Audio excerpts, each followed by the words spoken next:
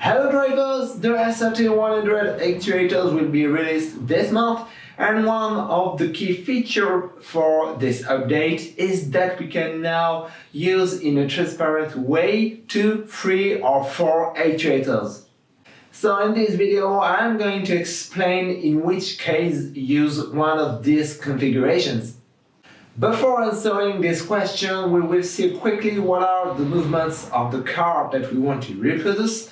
These movements are called degree of freedom or DOF. Let's start with the most basic ones, the roll and the pitch. The roll is therefore an angular displacement. It allows to appreciate the curves and the bankings, and it really makes possible to feel the intensity of a passage on a curve. Just to give you an example, I made the 24 hours of Le Mans 1 year ago, and there was a curve after the partial curves that was so hard that I only drove over it if I was trying to make a time. Pitch is the angular movement from front to back. It allows you to feel the differences of level of acceleration and braking. Obviously, if the car is very rigid, like a prototype, you won't feel much, but there will still be the slopes. These 2 degrees of freedom are very common because, for a reason I will explain later, they are very easy to implement. We continue with a linear movement, that is the vertical movement, the heave. It allows to reproduce the vertical forces that are applied on the driver, by example at the bottom of the Rédillon at Spa or after a jump. More generally, I think that this effect gives a lot of natural feel to the simulator because it removes the impression to be on a pivot, since there is no pivot anymore. On the other hand, like the 2 previous effects, heave transmits a lot of vibrations to the ground. It can be a problem depending on your simulator location.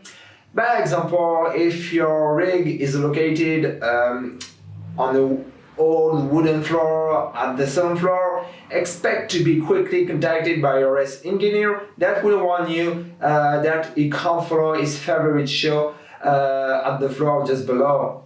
Okay, we come back to our actuators. To implement the roll and the pitch, so 2 degree of freedom, you will need 2 actuators and 1 pivot.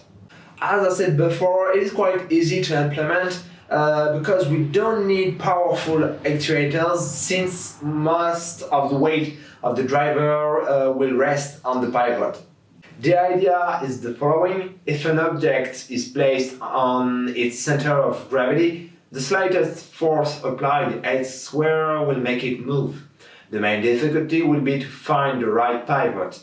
I don't recommend using universal joints, they will have too much play.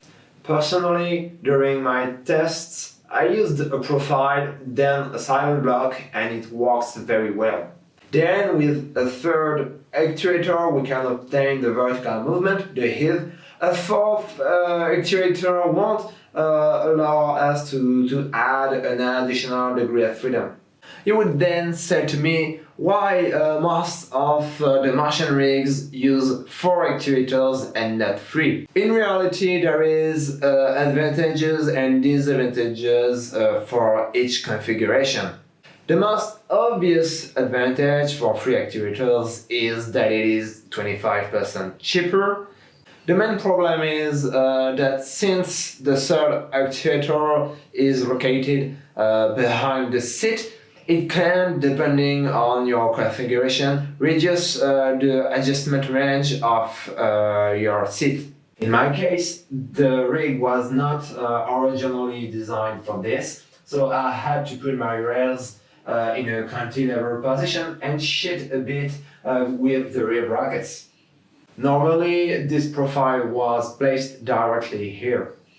And by the way, it is a bad idea to place the third actuator at the front of the rig because most of the weight is around the driver. 4 actuators also take more place than 3, but once again it depends on your configurations. In my case, I didn't want to have those actuators on my side, but having the third actuator behind makes my rig longer, and it doesn't suit me either. Finally, the closer the actuators are to each other, the more angular movements you will get. And since my third actuator is located behind the rig, it forced me to have the 2 other actuators just there. Now you know the essential of what you need to know to make your choice, so you will just have to wait a little bit longer to the release. So, I'll see you soon!